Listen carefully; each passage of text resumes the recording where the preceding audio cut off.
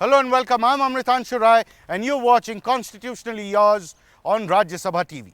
In this program, we attempt demystify the provisions in the Constitution. You know, Jammu Kashmir has a special status within the Dominion of India. Now, the special status is because it has been allowed a constitution of its own within the larger ambit of the Constitution of India. And that's why it's special. So in an endeavor to demystify the provisions of the special status of Jammu and Kashmir, I am joined by an eminent panel of guests, which includes Justice B.L. Bhat. He is former judge of the Jammu Kashmir High Court, nominated by the Chief Justice of the Jammu Kashmir High Court. I also have with me Mr. Ishak Qadri, former Advocate General and nominated by the leader of the largest party in opposition. So Jammu Kashmir as of now does not have a leader of opposition occupying the position of the leader of opposition. And we also have an eminent lawyer with us, Mr. Zaffar Shah. He has immense knowledge on the constitution of both sides and is an acknowledged person of experience and eminence. Joining us in the audience are students from Kashmir Law College, which is affiliated to Kashmir University. Straight away getting into the debate or the discussion. So the first part is part 2 of the Constitution of Jammu and Kashmir. The chapter is the state and the sections we are going to deal with are 3, 4 and 5. So the section 3 clearly states that the state of Jammu Kashmir is and shall be an integral part of the Union of India. 1.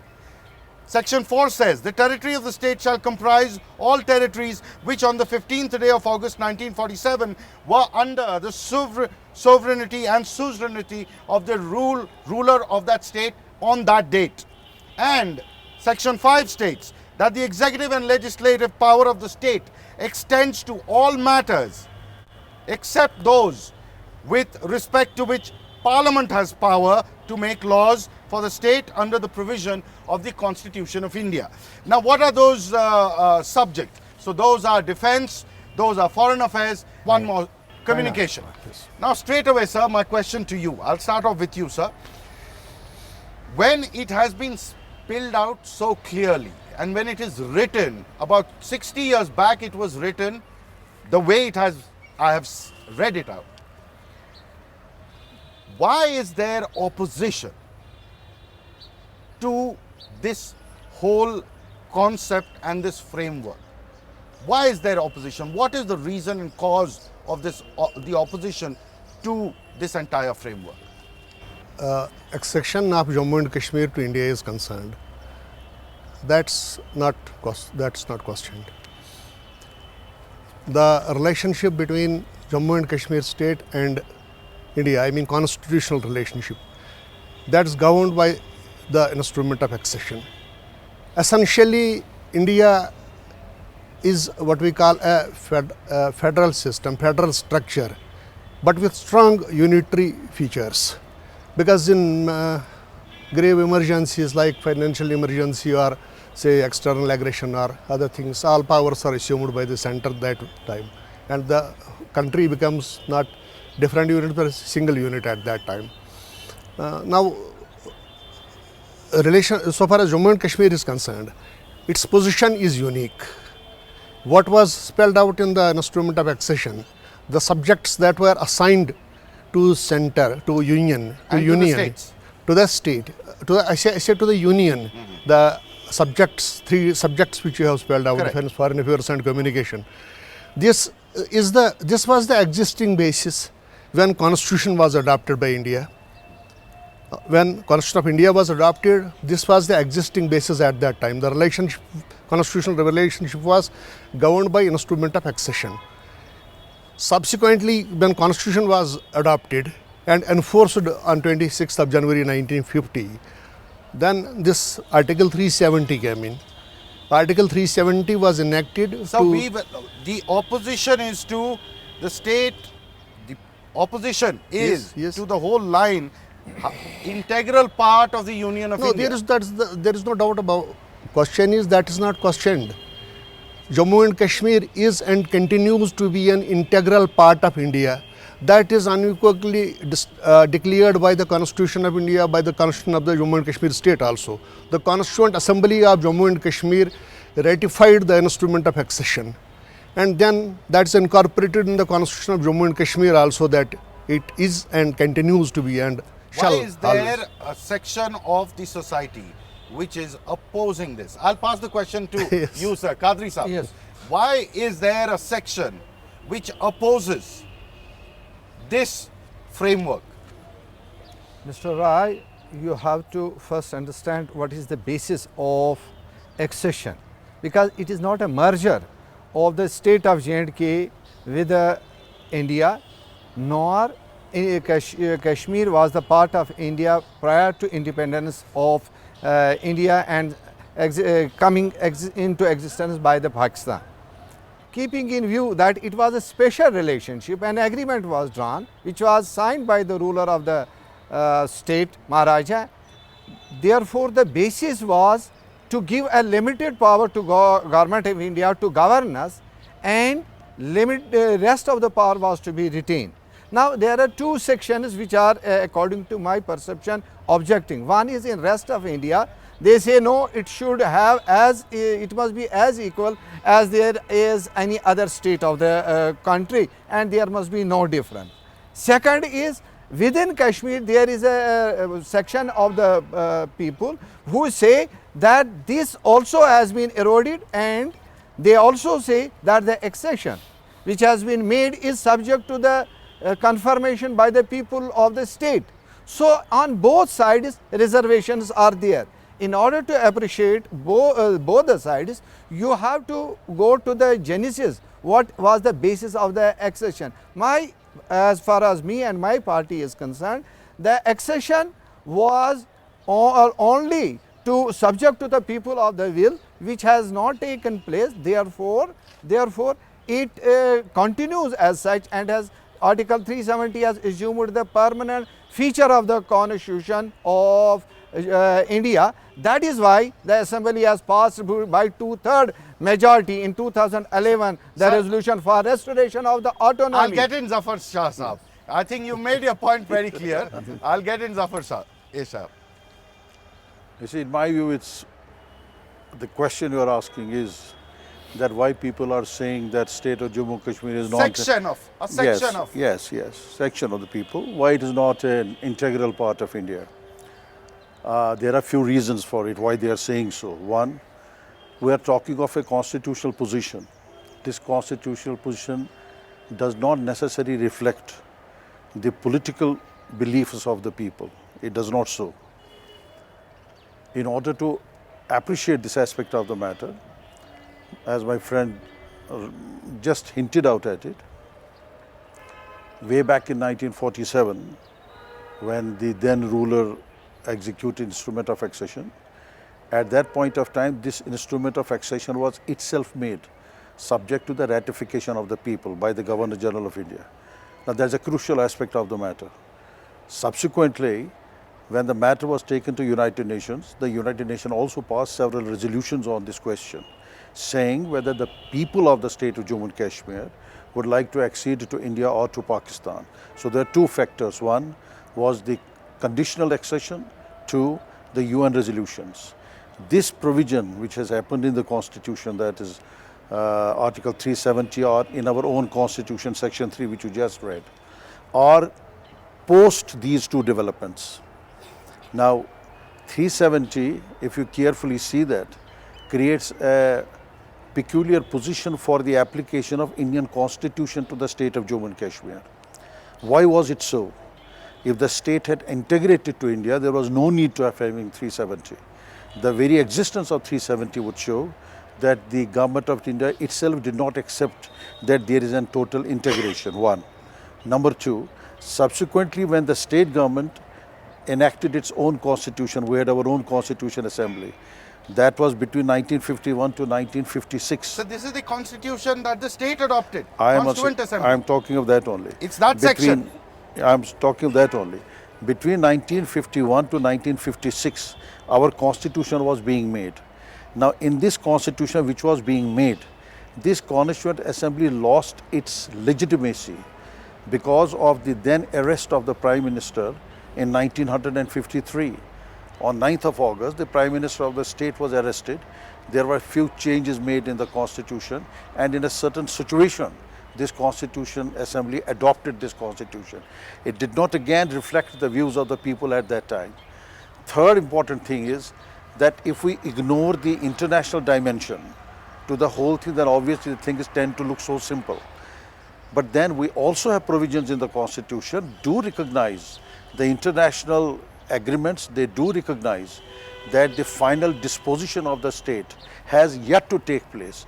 Now what I am saying is not something which is not in the constitution itself. We have a particular provision in constitution, that's Article 253, that has been made applicable to the state by the President of India. While making it applicable to the state, the President of India has also added a proviso to it, saying that as and when the final disposition, it's a very significant expression used, as and when the final disposition of the state would take place, it would be done with the consent of the state government.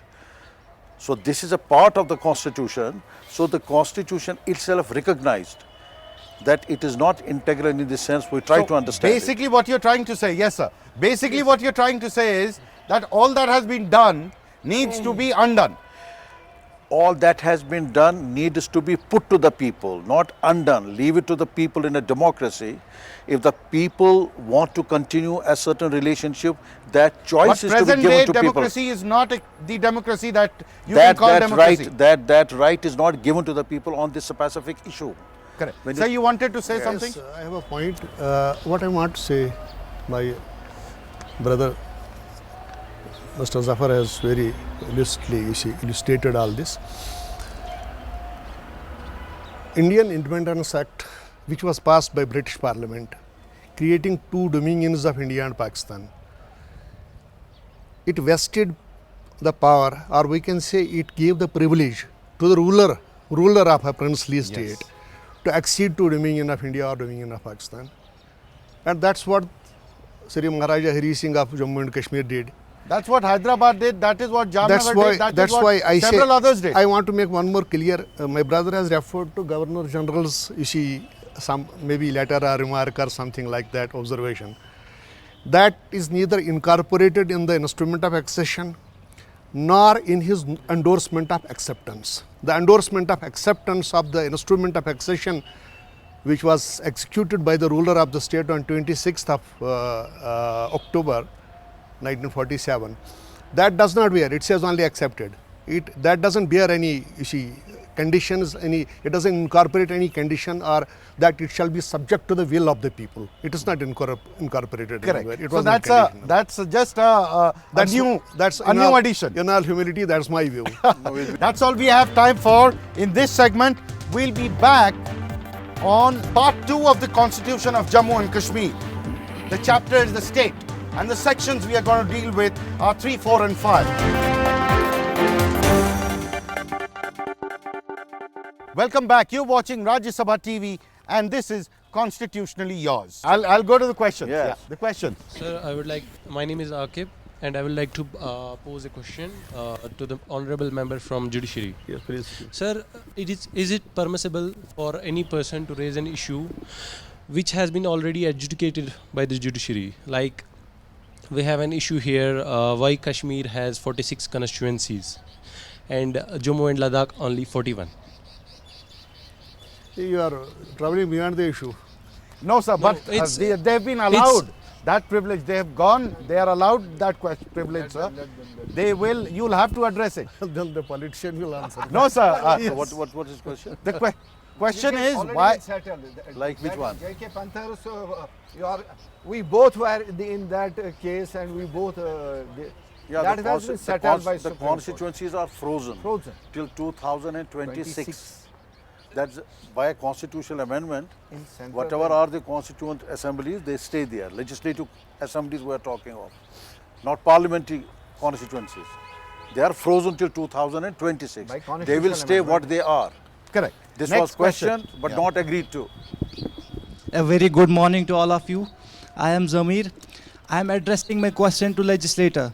My question is, Sir, I have some reports with me which suggest that out of 347 crores approved by the Union Ministry, but the Jammu has got 205 crores, but Kashmir only 142 crores.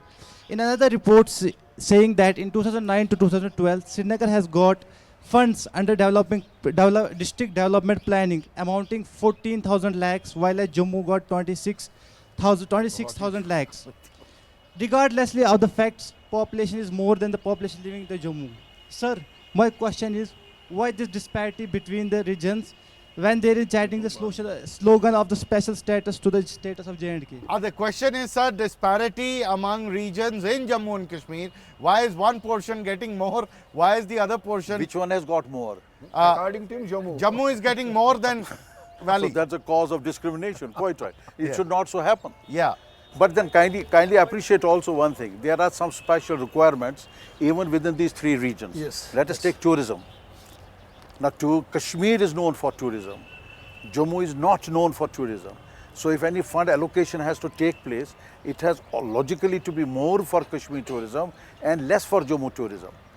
So there are certain areas where the investment in a particular region has to be more. For example, solar energy. They say that Ladakh region is the best area for solar energy. Yes. Maybe the investment has to be more there. You see, apart from talking generally, you might say equality, if there is 100 rupee, 33, 33, 33. The governments don't function like that. It will essentially depend upon the requirements. Your Srinagar corporation limits, it has a population of 16 lakhs. In Jammu, possibly it is only 11 lakhs. So any fund which is made available, the Kashmir corporation would require more as compared to Jammu. Next question. Yes. Good morning, sir. My name is Said Shahzad, and my question is to executive. Sir, do you think the practice of Darbarmu should be done away? Because I think it is a process by which I mean to say, Public money gets wasted. I think it contributes towards feeling of alienation between two regions of our state, and also leads to disintegration of state. Sir, can we say it's a process by which government is running away from the people? Can we say government, it's a wastage of money which belongs to people? Can we say Darbarmu is escapist? That's my Okay, question. sir, you take that question. I can answer that question. You see, this is of course a legacy of the what we call Raj. It's for the more than 100 years now it is being followed this practice. For reasons, historical reasons plus other reasons also. You know, you have two twin capital cities of Jammu and Srinagar, two at both places. You don't have a central location anywhere which serves as, so far as this part of the state is concerned. Now, because of climatic conditions also, and then other reasons also. Now, it may have, at that time, those may have been the reasons. Communications were not so faster as it used to be now. The climatic conditions were very harsh. And then the ruler he was a despot, you know, a king, ruler. He would move from this place in winter and come back in summers. That may have been the situation at that time. But then it became a practice for so many years now. Now today, you know, as my brothers will also perhaps agree with that, now it has become because many political issues are connected with it. It's not a simple question that you take a decision, yes, permanent seat of the state should be at Srinagar or it should be at Jammu. Because you have to, then it will give rise to regional disparities and other things, and these allegations of regionalism will come in and other things will come in. So far as one part of your question is very important. Yes, escapism and leaving the place and exit and all that, that can be taken care of. You see, in winter, once they go to Jammu, winter secretariat can be set up. You see, a small section of the officers who can take care of the. Likewise, it can be done in Jammu also. Shall I add? Yes, sir, please, please. Mr. Shahzad, the two regions, Jammu and Kashmir, are different in many aspects. Though Kashmiri speaking language, people are available in the Jammu, but majority of the Jammu speak Dogri. Their culture is different, weather is different, geographically they are different, and background is different. So in order to keep the two regions together, rather three regions, including Ladakh, this is a device where we can continue to have the bonds. Once we get separated, suppose we take a seat at Srinagar, Jammu gets totally alienated, totally for a whole year it will get alienated, and so will be in case the seat is at Jammu. So essentially this has an potential to keep the two regions together and to know their problems which will be addressed by the government. Now previous government, before present government, there used to be one minister every week here whose name was nominated ahead 3 weeks, 4 weeks, that such and such minister will be available in the secretariat, and he used to take the problems of the people. But present government has done away with this. This has definitely caused a problem for the people in absentia of the government. Zaffar Sahib, you would like to add? Yeah, obviously. This is administrative reason, but otherwise this has its own merits. I and it understand the should be question of the gentleman was very relevant. Can we do away with Darbar move? Can we do, not Darbar, there is no Darbar any longer, we don't have a king. Can we do away with office move? Annual office move is a better expression. Politically speaking, it will be difficult as on today. Economically, you are 100% right. It costs the state government a lot of money. We have almost 4 lakh are the people employed in the government. Out of 4 lakh, maybe a lakh have annual office move, and it is for 10 days, and the government has to bear all their expenses. So far, when you look at it from economical angle, of course, this had to go. But as my friend said, for political reasons, the governments do not have that political will. Now, what they have tried to find methods of conveniences, like my friend, the minister is here, some departments go, some departments come, that's all conveniences. But what you are asking is that whether we can do away with this. As on today, I see no chances that it can be done away with. This is all we have time for in this episode. We'll be back with a new issue and a new subject. Keep watching Rajya Sabha TV.